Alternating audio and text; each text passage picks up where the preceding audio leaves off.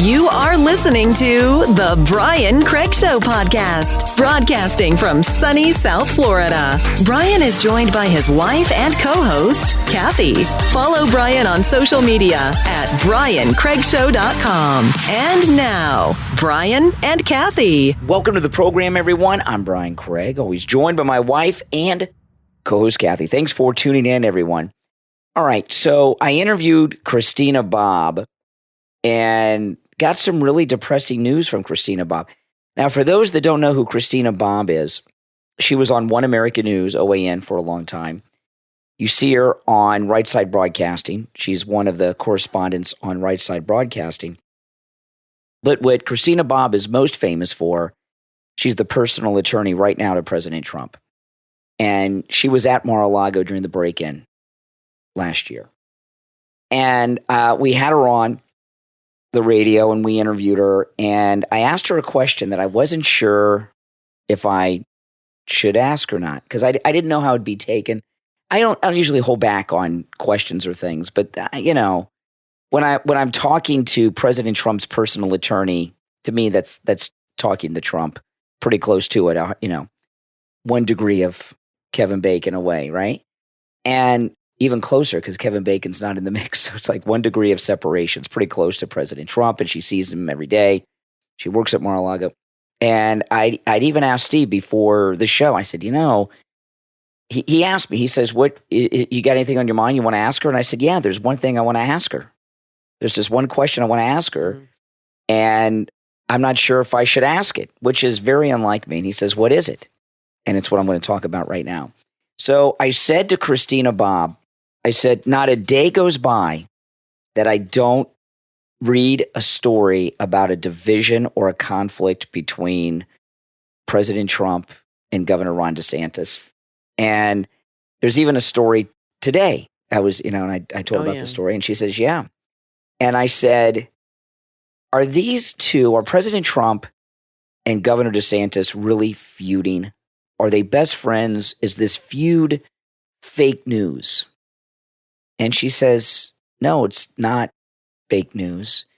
And she said, President Trump has taken a few jabs at him as a warning shot. And she said that, and these are things that we've heard about, but this is, to me, this is the first official confirmation that we're getting from President Trump. She said there are a lot of big money donors around him. They're, anti-Trump, and they're pushing him to run. And President Trump has taken a couple jabs at him as a warning to, hey, don't do that.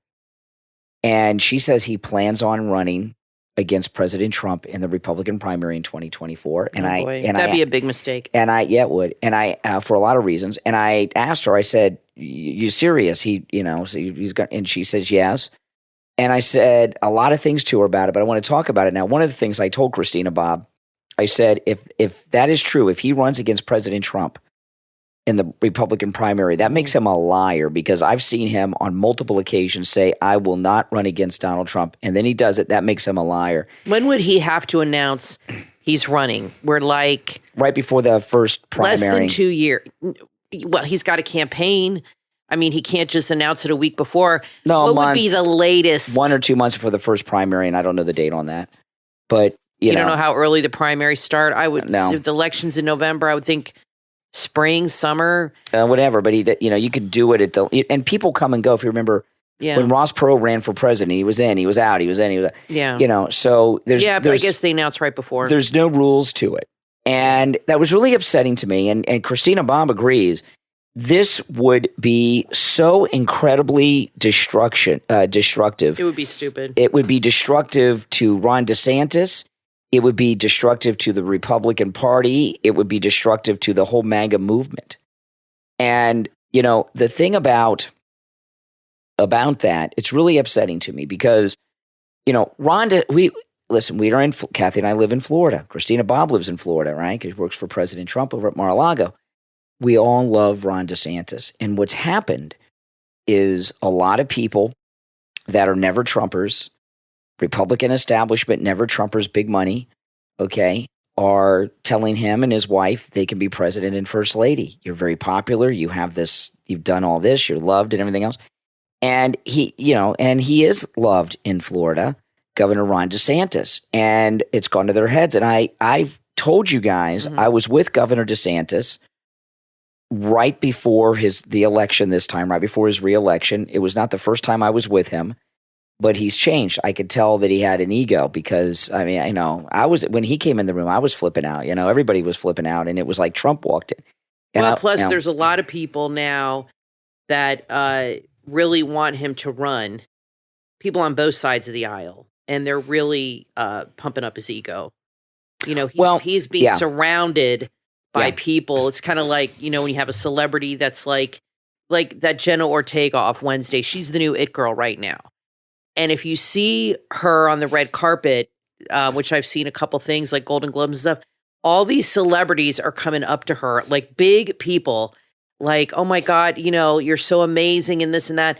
And that's what's going on with him. He has all these people now coming up to him on both sides or calling him, we love you. You've got to run. You're gonna save us from Trump. And you're the only one who can do it. And they're really pumping up his ego right now. And from what you're saying, he's a young guy, and that could be affecting him. And I really wish it wouldn't. And I hope she's wrong.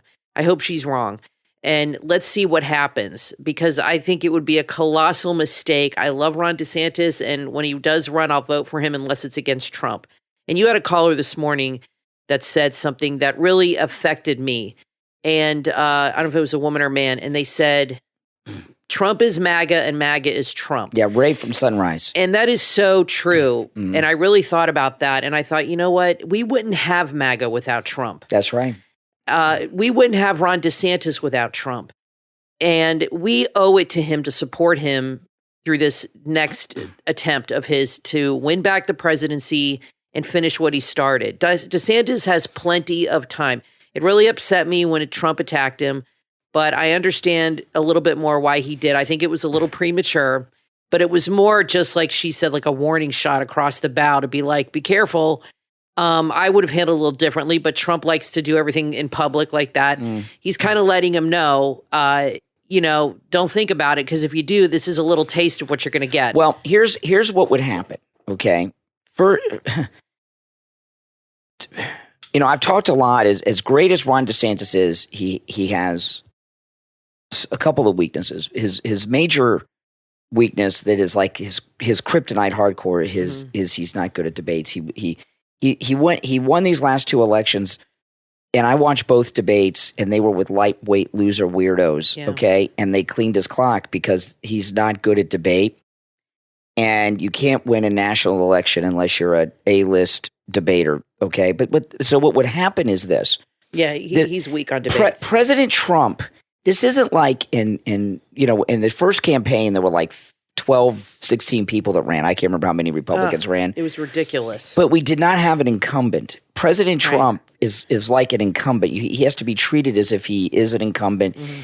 And when you have someone challenge the incumbent, like if a serious challenge, because DeSantis would be a serious challenger, right? For sure. If the Democrats had a serious challenger against Obama, Biden's so checked out, but when Obama was running for re-election, if they had a serious challenger, like say Governor Newsom at his current level of popularity seriously challenged Obama, it would destroy the party and divide the party, and they would lose. This happened in 1980. Ted Kennedy was talking about challenging President Carter, and it caused a lot of problems, and he lost. So I would really what would hate happen, to see Trump and DeSantis go at it. It would break my heart. Well, so what would happen is this: they would have to go after each other in the nastiest of ways. It'd be awful. And Ron DeSantis can't debate, but President Trump can. And President Trump would come into that. First off, there'd be a big buildup in the press of just nastiness. That would be just. It would be like the Holyfield and Mike Tyson fight. Well, it'd be worse. It'd be worse. My goodness. And then when they got to the debate, it would be just nasty, and President Trump would win. Ron DeSantis would be destroyed. The MAGA movement would be divided, and it would be awful. And one of the things too about these guys, they have been friends for a number of years. They're like friends that have had a falling out, so they know a lot of things about each other, personal, that would come up that you wouldn't normally get because they have inside knowledge because they were so tight. And it would just be the most destructive thing that could possibly happen. I think Trump could do more damage than DeSantis because we know everything about Trump and everything that that could be said about Trump, that's obviously not true, has been said. I mean, there's nothing DeSantis could say that would be worse than what's been said already. But with Trump, nobody's really said anything bad about DeSantis personally or professionally. He's very beloved here, and I feel Trump could do much more damage to him than vice versa. He has more wisdom, experience. He's been president. I think DeSantis would be so outmatched. I love the guy. Don't get me wrong. He is Harvard educated. He's very bright. And he's a great governor. He's a great governor. He has a lot of experience in that realm, but I just feel that he would be outmatched by Trump. Yeah, and I really do, because Trump would know all his weaknesses and really go after it. This is something, okay? Out of all the governors we've ever had in Florida, some of them have been well-known, more well-known than others. There's never been someone that's a superstar level like Ron DeSantis. He may be the biggest superstar of any governor ever while they're a sitting governor. I agree. And he flipped a whole county. Yeah, and Miami-Dade. That's huge. He is so popular in Florida, guys. You have no idea. But Florida is not the rest of the country. And around the country, a lot of MAGA people. But Trump's popular too in Florida. I mean, Trump lives here that's too. That's true. This is headquarters for MAGA. Yeah, I mean, he's popular too. But also, I think Ron DeSantis thinks that he's as popular around the country as he is here in Florida. He's in a bit of a bubble. Yeah. And he's in a bubble. And he's in a bubble. And they're teasing him and his wife with being president and first lady, and they're saying, "This is your time." She's like Jill Biden. You can tell. And you could tell that she's got the white gloves out and everything. Casey DeSantis was dressed for the presidential inauguration. Absolutely. When DeSantis was sworn in for his second term, she looked like Jackie Kennedy. And it really upset me when Christina Bobb confirmed that, because I really wanted to think that was fake news. And this has nothing to do with President Trump. Ron DeSantis has lost it, and what's happening here is the people that are behind Ron DeSantis, they know he won't win. They know it'll be destructive. They're using him. They're using him to stop Trump. They know he won't be able to beat Trump. They know even if he did, he would not be able to go on and win. They view it as a way to divide the party, divide the MAGA movement, and stop President Trump from being reelected in 2024. It would be the nastiest that a presidential primary has ever been in the modern era. I mean, this would be so nasty. And I told Christina Bobb what I'm about to say because I wanted her to tell this to President Trump. Okay, I told her, I said, if I love Ron DeSantis, he's my governor, he's done great stuff. I said, if Governor DeSantis runs against Donald Trump, that is unforgivable. And she says it is. Yeah, I said it is unforgettable, and it makes him a liar. And President Trump probably was listening to the interview today, I was pretty sure he was listening, and I think so. And I wanted President Trump to hear me say that too. Yeah. It's so terrible because what they're doing is we got this guy that we all love in the MAGA movement, and us being Floridians, we love him extra more, Ron DeSantis. And what these never Trumpers have done nothing but run ridiculous, absurd scheme after scheme against President Trump, from the dossier to the break-in of Mar-a-Lago. Nothing's worked. This thing with DeSantis is the first thing that the Never Trumpers have done that could be effective, because with these Never Trumpers that are filling Ron DeSantis's head with this insanity, would do is tell him, you got to go out there and humiliate and destroy him. You got to go out. And he would go out there with everything he got. President Trump would come back with everything he's got. I don't think DeSantis... it'd be terrible. I don't think DeSantis has, if he's ever in that position where he's on the stage with Trump, I think he'd be very intimidated by Trump. And I don't think he has it in him to go after him the way he would think he could. I think when push came to shove, now Trump would have no problem. I mean, he took on 16 people and knocked them out one after the other, like boom, like nothing. But DeSantis has never really done that. I mean, he beat Gillum because Trump endorsed him, not because he did it on his own. He needed Trump to come in and help him, and that's true. And the second time, Christ was such a disaster, and DeSantis has been such a great governor, it was easy for him to win. But if he was on a stage with Trump, I don't think he could go after him the way Trump could go after DeSantis. I just don't think DeSantis has it in him. He doesn't have the killer instinct. He's a nice guy. He's maybe, like you said, maybe he's got an ego. I don't know. But I think if he got on the stage with Trump, I've seen him debate. I just don't think he could match Trump in the debate realm. I just don't think he can do it. I mean, DeSantis, no, of course. Charlie Crist cleaned his clock in the debate. He really did. It was embarrassing. He is not a good debater. And that's not the be all end all. DeSantis still won. But he's so loved here. He's so loved here, the election. But so many people have moved to Florida because of COVID and have voted for him because they became Republican or whatever. They were Republican and they all moved here. I mean, he flipped Miami-Dade.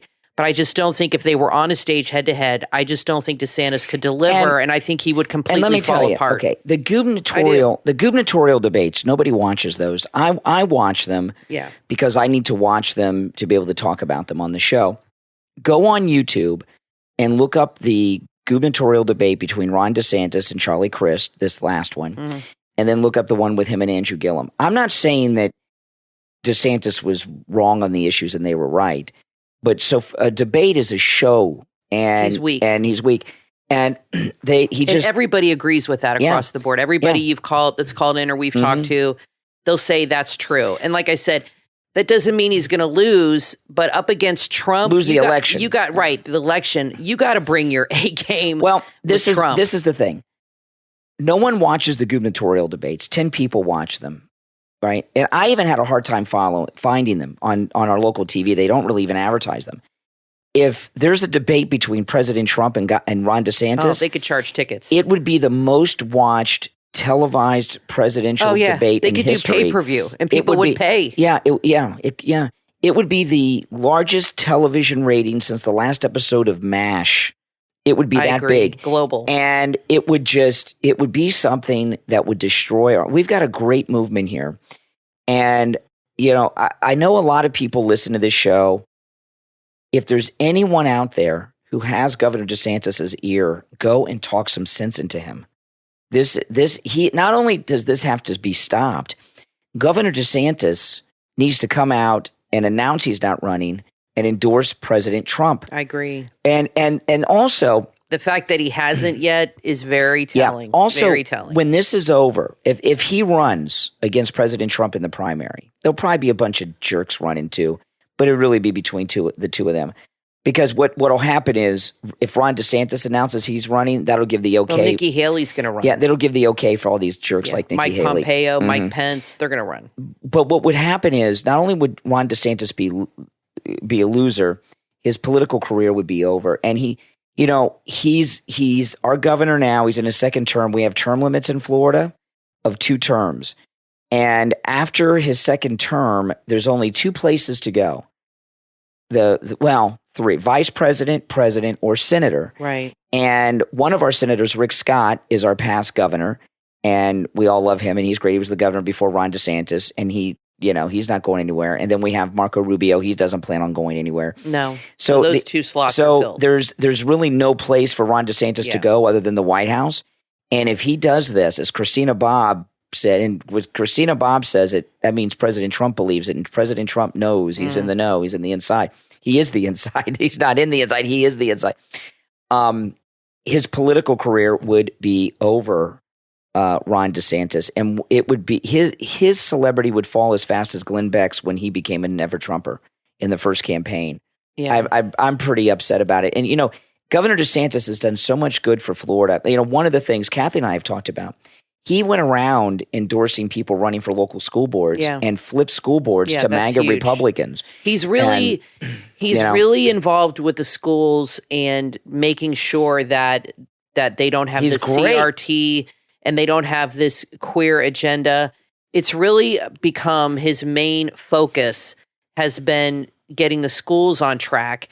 And, in the news, they're trying to make it out like he's a bigot and he's blocking this. The thing with that African-American AP book that he stopped, it was an AP, like African-American studies. I have no problem with African-American studies. I took an I took one in literature in college, and I loved that class. I read a lot of great stuff I normally probably wouldn't have read, and it opened my eyes to a lot of great writers. And nothing wrong with that. But what they did is they took this curriculum of African American Studies, AP, which is Advanced Placement, and they put in some queer, it was called queer curriculum involved in the middle of this. And I think they did that on purpose to get him to cancel the class so he'd look like a bigot. They threw that in there so he'd have no choice. It was like queer studies or queer appreciation or something, and it was thrown in this African American AP course curriculum. So of course he's like, well, that's not going to go in school, and that's doesn't have to do with what they need to learn here. So he canceled that. So now all the media can say, well, he's against black people and this and that. No, that's not what it is. He's just not. He is trying to stop this transgender or any gender curriculum that really should not belong in schools with children. Well, the college class is different, but these are minors. Like they buried in there, so he has to get rid of it, and now he looks like a bigot. Black History Month education, they had hidden in there some lessons on abolishing prisons. They sneak those things in. There's all these kinds of radical things that are hidden into these things, and Ron DeSantis has smoked a lot of it out. He has. So, I mean, he has this one problem here about running against President Trump, which is a big one. But he doesn't mean he's not a perfect governor. He's just done so much. And, part of it is he's been so successful. And one of the reasons he's been so successful,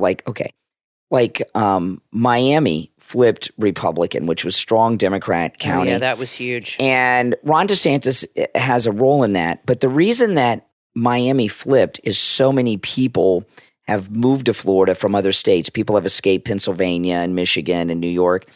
And people that are not from Florida, everything is the only two places in Florida they know are Disney World and Miami. So a lot of people that were fleeing, the tyranny of these lockdowns and shutdowns up north moved to Miami. And that's one of the reasons. Yeah, but they moved here because of DeSantis. So he is responsible. That's true. They moved here because they liked the way he handled it. They liked the way that he gave everybody freedom and didn't stop businesses and didn't close the schools. And that's why they moved here. So I think he is the only reason that's the county flipped. And was because of him. And Christina Bobb said to me today, and since she, President Trump's private lawyer talks to Trump, when she said this, I know this has come right out of President Trump's mouth in her presence. She said President Trump made Ron DeSantis. He wouldn't be governor if it was not for him. That's true. And this is a betrayal. And we know Trump likes loyalty. That's a big thing with him. And I think he feels, and that's how I think he's always run his businesses. And I think he feels that this is a big stabbing in the back because he helped him win. And now he's turning around and not waiting his turn. And I think that's how Trump sees it. I helped you, now you got to help me. One last thing on Ron DeSantis. Not that he needs his help. One last thing on Ron DeSantis before we move on. When I was with Governor DeSantis a few days before the re-election at one of our sponsors, Wings Plus in Coral Springs, and there were the people that came, I got comped and I brought my friends in. Okay. I let some, because they gave me a table and where I could invite people.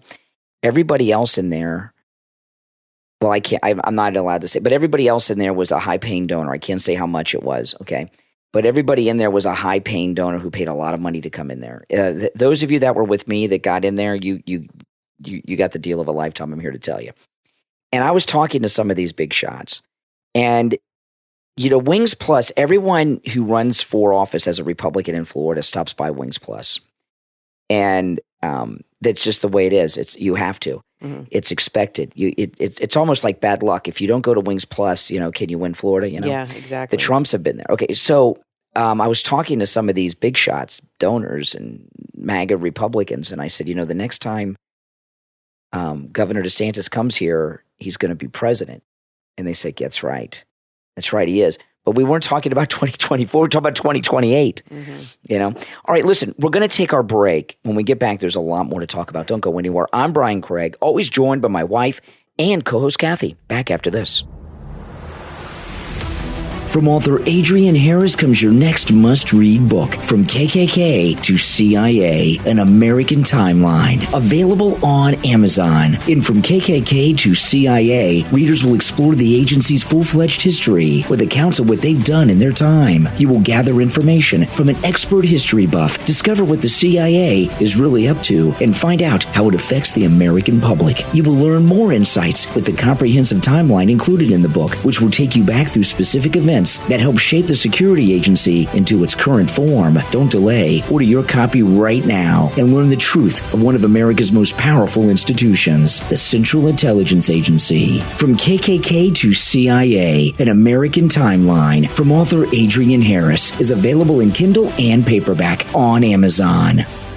Are you looking for inspiration? Are you ready to move from being tired to being inspired? Work can be stressful and a burden, but it doesn't have to be. Now is the time to take the first step to improve your well-being and your quality of life. You can regain your enthusiasm and enjoy what you do with the book, Burnout Recovery Guide for Female Entrepreneurs, from author Cassia Richter. In this must-read and life-changing book, you will find that perfect balance so everything can fall into place for you. All the strategies and tools you need are found in this informative and useful book. Burnout slowly creeps to the surface and can easily steal your joy without you even noticing it. By learning to watch out for the signs and find solutions before it's too late, you can avoid its detrimental effects. If you want to have it all, a thriving career, pristine mental health, and a happy family life, then buy this book today. Burnout Recovery Guide for Female Entrepreneurs, from author Cassia Richter, is available on Amazon and at wellbeingstrategist.com. From author Emily Hummer comes the book Heavy Traffic, the first book in the Heavy Traffic series. Heavy Traffic takes place in a world where survival meets the desire of happiness. AV finds her freedom to be only a trigger pull away, or so she thought. Joined by her owner's protege and her first love, she embarks on a journey to reunite with her family, while she must remain hidden from a notorious crime lord, a drug cartel, and a mysterious third party. She quickly learns that life outside of slavery will cost more than just one dead body. Heavy Traffic is available online at the author's website, emilyhummer.com. Also available on Amazon and Kindle Unlimited. 10% of profits are donated to Legacy House, an organization that takes in foster youth that have aged out of care to prevent homelessness and trafficking. The sequel to Heavy Traffic, Proceed with Caution, is coming soon. Order your copy today. Heavy Traffic, from author Emily Hummer. You are listening to The Brian Craig Show podcast, broadcasting from sunny South Florida. Brian is joined by his wife and co-host, Kathy. Follow Brian on social media at briancraigshow.com. And now, Brian and Kathy. Welcome back, everyone. I'm Brian Craig, always joined by my wife and co-host, Kathy. Thanks, everyone, for tuning in. All right, now, there's couple stories here that I've been following and talking about for quite some time, but there's some updates, and I want to share them with you. The first one's on Ukraine, okay? I am an anti-war guy. I'm opposed to U.S. military involvement in pretty much every situation now. I was not always that way, but when I saw how we've been lied to by the establishment about WMDs in Iraq and how many people are dead because of the lies of George Bush and Dick Cheney and British intelligence and all of that? It's insane to me. It really is. And even if you look at Afghanistan, which is such a, I know you're not supposed to say this because, but what a waste. Here, Afghanistan, prior to the U.S. invasion and taking the country over after 9/11, their primary export was heroin. Remember that? They were in the heroin business. They had the poppy fields over there and everything.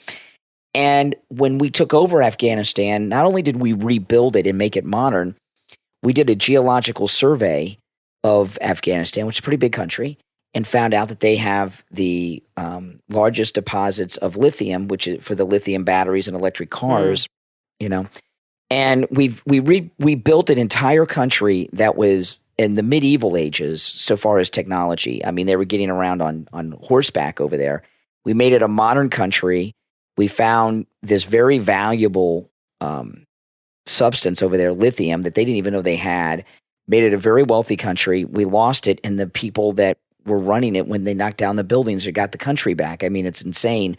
So, I'm very anti-war. I find it impossible to believe that the United States of America could not get bin Laden without having a full-scale war that went on for 20 years in Afghanistan. I don't believe anything these guys do, and they're building up something in Ukraine. And on the last show, we were talking about all these U.S. military assets that are being sent over there, tanks and everything else. I mean, it's crazy.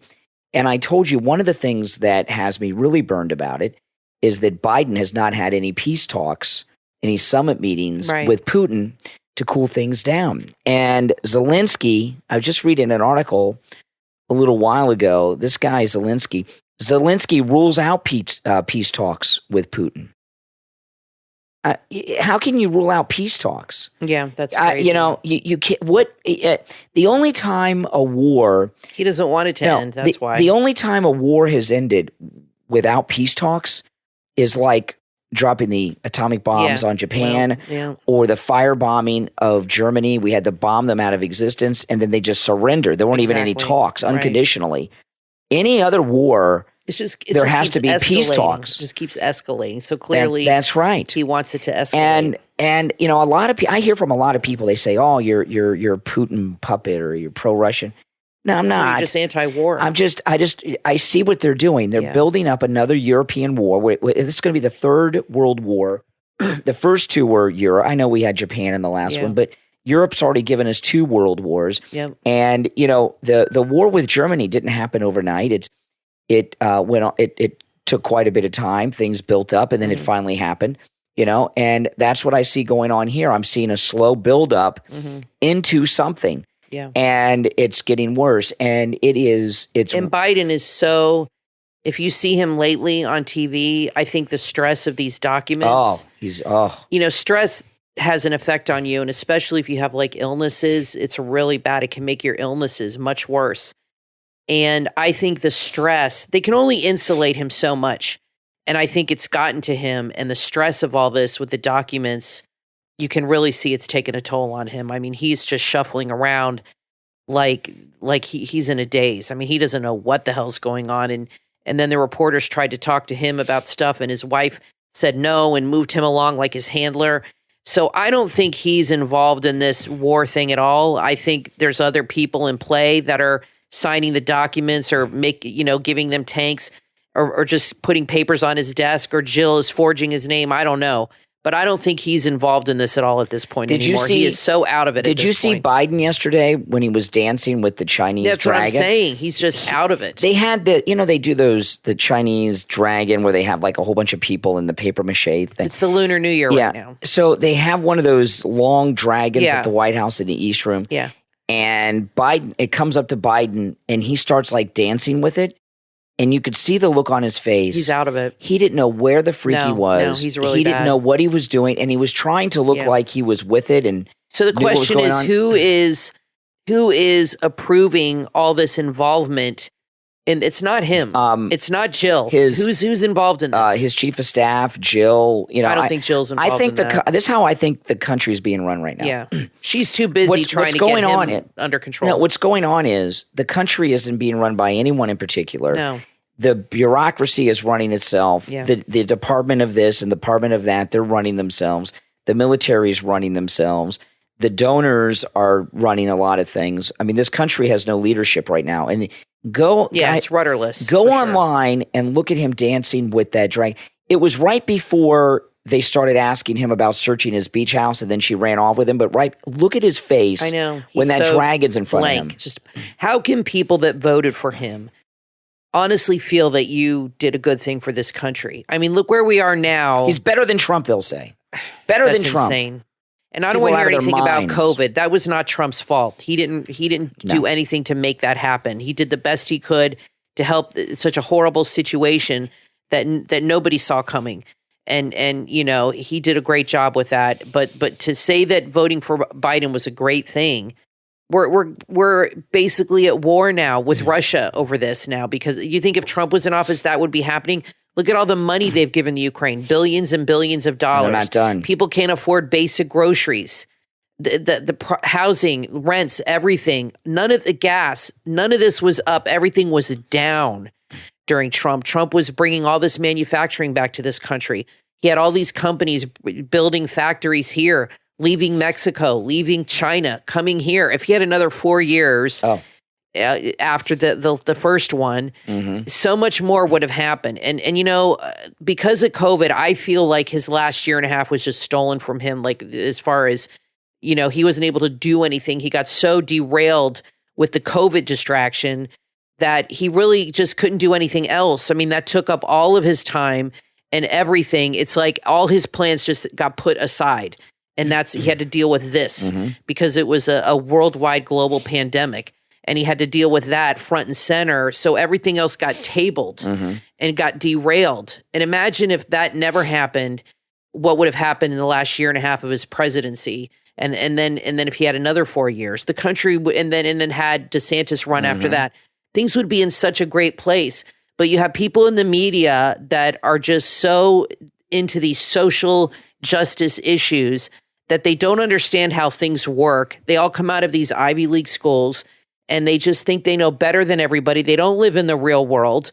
And you think they care that eggs are $8 for a dozen? You think they even think about that? They have people that do their grocery shopping for them and they just put it on their Amex card. Well, they don't give a damn. No, it's bad news. Now, this other one, there's a new story out today that with the fentanyl crisis that there's 1,500 deaths a week. Okay. That's awful. And I see on Fox, they're always talking about fentanyl, but they really don't get into it. Okay. Now, the fentanyl crisis is connected to the documents because, we all know the documents were, for China. I know a lot of you that listen to me all the time hear me talk about this a lot, but I feel like I'm the only person that talks about this. That's why I bring it up so often, because I think it's very, very important. This fentanyl crisis is an attack on this nation by China. The fentanyl is made at pharmaceutical plants in China. The Chinese put it on freighters. They sail the freighters across the Pacific Ocean to Mexican ports on the Pacific side of Mexico. It's unloaded. The fentanyl is given to the cartels, and they take it to the southern border on their side of it, the Mexican northern border. And the migrants that are illegally entering this country all have fentanyl in their backpacks, in their back pockets, in their front pockets, in their baby diaper bags, or whatever else they got. It's what's going on at the southern border is many things, but there's many things and problems involved in it. But it's where the fentanyl is coming. Back in the 80s in Florida, during the Miami Vice days, there was a lot of drug trafficking going on. And they would traffic drugs into Florida. Sometimes they would do it by speedboats, and a lot of times airplanes. Small airplanes would fly. You would see them flying over. They have no numbers on them, and then they throw stuff out of the side of the plane and keep flying. And you can go. There's some good documentaries about it. One's called Cocaine Cowboys. Part 1, part 2 is not as good. So if you watch Cocaine Cowboys, make sure you watch part 1. Don't skip it if you just come across 2. Scarface is like a documentary more than a film. That's how it used to be during that era. Miami Vice, that's how it was. Yeah. Okay. Now the drug trafficking is being done just with fentanyl on the backs of migrants coming into this country, and it's being done on purpose by China to get our people hooked on drugs. I mean, that's what's going on. They're just turning a blind eye to it for whatever reason you can imagine on your own, but they're letting it happen. They're not doing anything to stop it. This is a huge, huge crisis. Let me tell you, I've had fentanyl because when I have my cardiac cath every year, that's what they give me. They give me 1 milligram at a time. They're very, very conservative, and it's in an IV, and it's Versed with fentanyl. And let me tell you, that stuff makes you feel no pain, and it's good stuff. That's why the kids like it, because it gives you a high, and it's like your whole body just relaxes, and you're just like, whatever, and I always fall asleep. But it totally does relax you very quickly, and that's why. And that's why that's under doctor's supervision. That's under doctor's. With a prescription that's in an operating in the hospital. Room. Yeah, exactly. And they only give you very little at a time, like 1 milligram, 2. That's it. They're very, very conservative because it is so potent and so strong, and you feel it right away, let me tell you.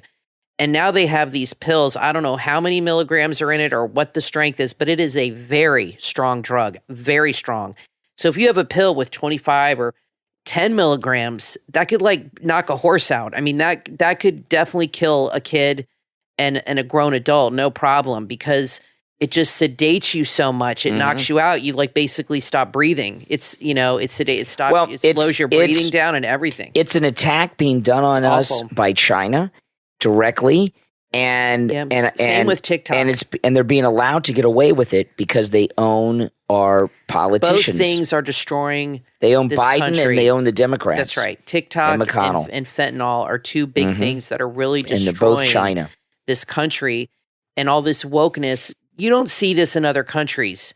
This is an American phenomenon. This wokeness and this transgendered stuff. It is really being pushed down our throats and really being promoted. And if you don't agree with it, you're instantly labeled a bigot and prejudiced, and you can lose your job and they fire you. This is not happening anywhere else. And this is all part of destroying this country, our culture, what we stand for, what we believe in. Believe me, they know what they're doing. This is psychological warfare on top of this drug war that we're dealing with, not to mention other things. I want to take a moment to thank our Patreon supporters for their support of the program. Thank you so much, everyone. Your support helps us out a lot, and it's greatly appreciated. And our top Patreon supporters get a live on-air thank you shout-out on each and every podcast episode. The names you will hear now are our top Patreon supporters. I want to thank Andrew and Connie, Christine, Gary, ETW, Chuck, D, Pamela, Wesley, Macho, Rome, Wisconsin, who sadly lost her cat. Rome's cat passed away. Starlink. Mm-hmm. I think another cat, I think she had two, but I know the one for sure. I know. That's rough. Rick, Nick, did I say Wick? Rick.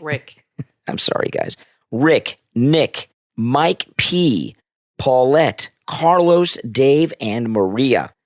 These are our top Patreon supporters. Thank you so much. And if you would like to become a Patreon supporter, there's a link in the episode description, and there's also a direct link on my website, briancraigshow.com. All right, we're going to take our break and be right back. Want to know where all the bodies are buried? Author Robert Allen Miltenberg holds the key to that question in his book, Pool Boy to the Mob, Everybody Out of the Pool. Author Robert Allen Miltenberg holds the key to that question in his book, Pool Boy to the Mob. Welcome to Mob-Ammy Beach. This book is a fictionalized account of Miltenberg working at a mob-owned Miami Beach hotel in the 70s. If you're a fan of The Godfather, Goodfellas, or The Sopranos, you will love this story that's full of colorful characters and wisecracking wise guys. It's a story with everything from Playboy bunnies and weaponized parrots to shattering the glass ceiling and getting away with murder, all in paradise. This is a wise guy tale you've never heard. Surrounded by pools, the trick for Bobby Moskowitz was not slipping in the one thicker than water. Bobby lived to tell the tales, and now you can read all about it. The funniest mob novel since Jimmy Breslin's The Gang That Couldn't Shoot Straight. Pool Boy to the Mob, Everybody Out of the Pool. From author Robert Allen Miltenberg, available on Amazon. Order your copy right now.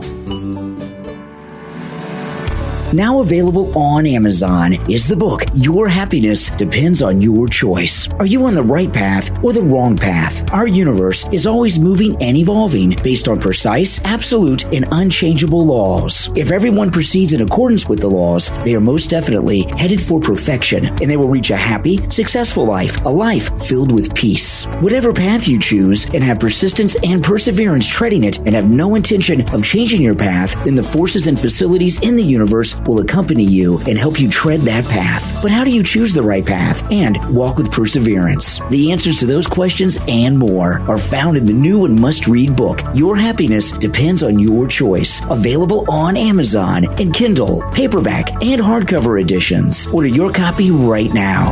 Add a gorgeous statement to any room of your home with a macrame wall hanging from Emmy Yarn. That's all one word on Etsy.com. Emmy Yarn's beautiful handmade macrame and yarn wall hangings make it easy to add warmth and comfort to your room decor. All wall hangings from Emmy Yarn are unique. They're handmade with love and shipped with care. They feature a variety of colors and styles, so you're sure to find a piece that you love. These gorgeous wall hangings make perfect artistic additions to any room, and they're the perfect thoughtful gift for someone you love. Visit Emmy Yarn, that's all one word, EMMYARN on Etsy, and grab yours right now. Emmy Yarn on Etsy.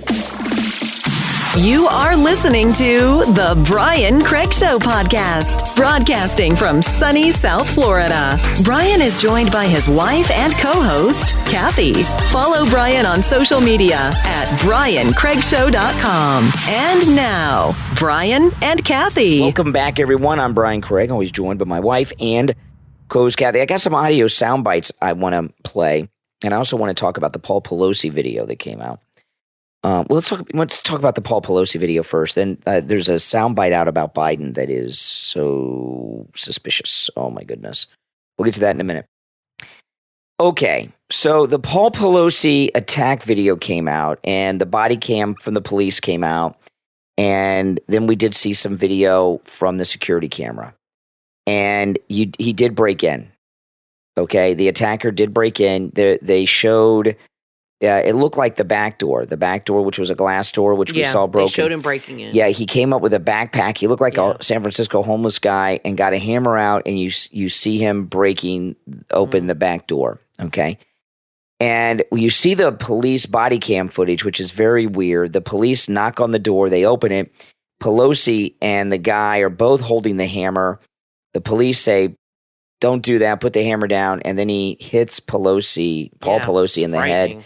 And it, I wish I would not have seen it. It's really violent. Yeah, it's scary. And he's lucky to be alive. And I'm going to say this: he needs better security. That's shocking. Now something could change, but based on what I saw in the two videos, because I was saying if they only release the police body cam footage, that's not enough. We need to see the security fit. And they did release the security. You see him breaking into the house. Yeah. It looks like we were wrong that he was not an invited guest, that he broke in. Yeah, they haven't shown on camera. And they should have released that footage much earlier. They should have, and all that speculation that everyone has been doing is their fault. The Pelosi should have released that right away. I would have released that, and it's pretty brutal, and but it's their fault that this speculation went off. They went on. They did not release that video. They did not want anybody to see it, and the Pelosi's allowed this speculation to go on. So I don't feel bad about it because their failure to release the video is very odd. When it's such a high profile thing and people are speculating they should have released the video, they didn't. So I'm not apologizing for any speculation that any of us have done, because what else were we to think? Yeah. But the guy is a mental patient. Today, Kathy and I saw a mentally ill homeless guy in a parking lot, and we drove by, and he was scary. I mean, I would not have wanted to walk by this guy. And he was yelling at himself and everything. And a woman came to give him a coat, and she tried to put this coat on him. It's chilly today. A little chilly in Florida. It's 83 degrees. No, it's like 50 today. Yeah, it was in the 50s today. And this woman was trying to put a coat against the guy's will on this, and he was getting rough. And I was like, this woman's taking her life in her hands. She needs to get away from this guy. The guy that attacked Paul Pelosi is a complete mental patient. Yeah. And what they are starting to do with this guy is outrageous. They have some of the interrogation audio with him with the police, and they're trying to make it sound like he's a MAGA guy. What they're trying to do with this is make it an extension of January 6th. And that's how the media are playing that. I didn't hear him say anything about Trump or MAGA in any of those recordings. But the media... Believe me, if he was a Trump guy, he'd be talking about Trump. The media are trying to make it look like it's an extension of January 6th. Yeah.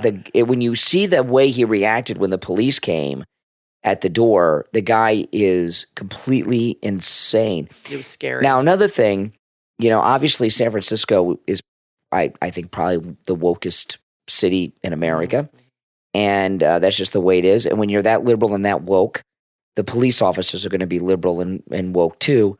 Those were the wimpiest cops I've ever seen. When they go to the door, they should have tackled the guy. I agree. And I don't know why they hesitated. They were just standing there having like a little chit chat. Pretty please, don't do that. Pretty please. I mean, it was so bizarre. They should have immediately rushed them. Yeah. Drawn their guns or something and been like, put the hammer down. They're just like, hey, dude, put down the hammer. And then he whacks him over the head. I mean, that's crazy. And then they're like, holy crap. That's exactly. That's what happens when you got a woke city. You have woke cops. Okay, now this is insane. This is a clip. It's about Biden. with Sean Pierre today at the White House press briefing. Biden is at Camp David. Okay, now Camp David, for those of you outside of the United States, is a U.S. military installation. I think it might be run by the Navy. Could be wrong about that.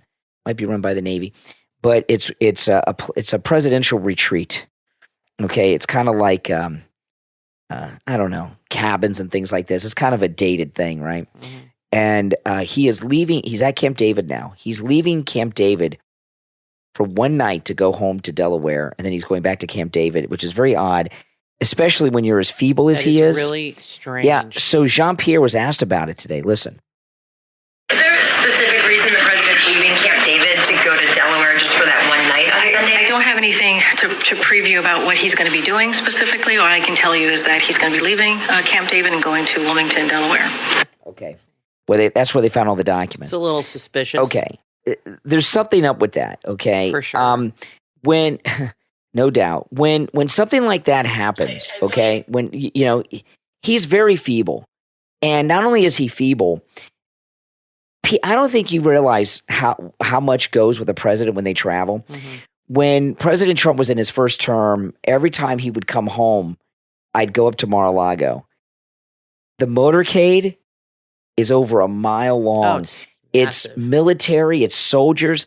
The security. You guys have no idea what's involved. Well, we have a listener that lives in Delaware and near that area where he lives, and and she said that every weekend they hate him there because he blocks all the traffic on this one main road for hours and hours every Friday and Sunday.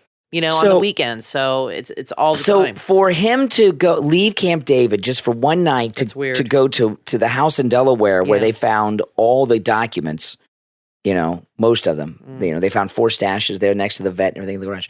There's something up with that. Either he's going there to do some more cleanup, or he's going there to have a meeting with someone. See, Camp David is, like I say, it's run by the military. I think it's the Navy. I could be wrong, but I think it's the Navy. Since it's a military post, regardless of what branch runs it, there's a record of anybody that goes in and out, like at the White House. Biden does not allow visitor logs at his residence. That's where he does his dirty business. He goes to Delaware to do his dirty business. There's no logs on who entered. He goes every weekend. So for him to go there during this scandal, where the scene of the crime, for just one night doesn't make sense. There's something up with that. Okay, so Ronna McDaniel, she got elected to her 4th term heading up the Republican National Committee, which I was not happy about. A Gateway pundit reporter tricked her, took a selfie with her, but was really using it as an opportunity to ask her a question, and she ran. Listen. All right, Ronna, it's Jordan Conrad from Gateway. I wanted to ask you about some of the harms that you expect. Ronna, $80,000 on alcohol? How do you do that? I mean, her handler ran. The minute he said the Gateway, see, that tells you how good the Gateway pundit is. They're in fear of them. Well, it's a great publication. You took the words right out of my mouth, Kathy. Yeah, they instilled fear. He asked this question about $80,000 that she spent on alcohol, but she was already gone by then. Yeah. As soon as he said the Gateway pundit, her handler she left, she bolted. That was it. Her handler got between the two of them. The Gateway pundit is what the Drudge Report used to be when it first went online during the Clinton era. And if you only go to one website for news a day, if you don't have time, go to the Gateway pundit. Absolutely. They're not an advertiser on the program, but so I don't want you to think I'm doing, they are the best. And she is Republican establishment. And just hearing those 2 words, Gateway pundit, freaked out Ronna McDaniel. Yeah, oh yeah. I mean, isn't that crazy? I mean, what is that was all they had to say. And you know what it makes me wonder? What does she know that she's been involved in? What's the $80,000 on alcohol win? I don't. I've heard that before. That doesn't bother me. But I don't care. There's something that she's involved in that she's afraid they're going to ask about. You know what I mean? She didn't run away like that because of the $80,000 in alcohol. That's an old story. I've heard that before. They're whining and dining big fat cat donors. That's that just tells you why you regular people like me and you should not donate to the Republican Party. They're eating caviar and having bottles of Dom. But she was terrified when she heard Gateway pundit, and you got to wonder, what is she up to? I don't know. What is she afraid that they're going to ask. I love it. Things, I guess. Yeah. Now, listen, guys. Of course, I'm going to be on my cruise this week with Steve Kane and sadly, Kathy cannot go. People ask me this, Kathy, going, Kathy cannot travel, especially outside of the country. No. So, unfortunately, my dad's going to be, my stepmom will be coming here and staying with me. That's right. So that'll be nice. So I'm going to be on the cruise with our great listeners, and those of you that are going to be on the cruise, I look forward to hanging out with you for the week, and we have a great time, and it's a wonderful time. And this is my vacation. This cruise will be the first time I've left Florida since before COVID, and I started doing these cruises with Steve so I could get a vacation. So this is my yearly vacation, but the cruise industry was shut down. It's my first vacation in 3 years, and we're going to have a good time, but I will be in touch on the cruise.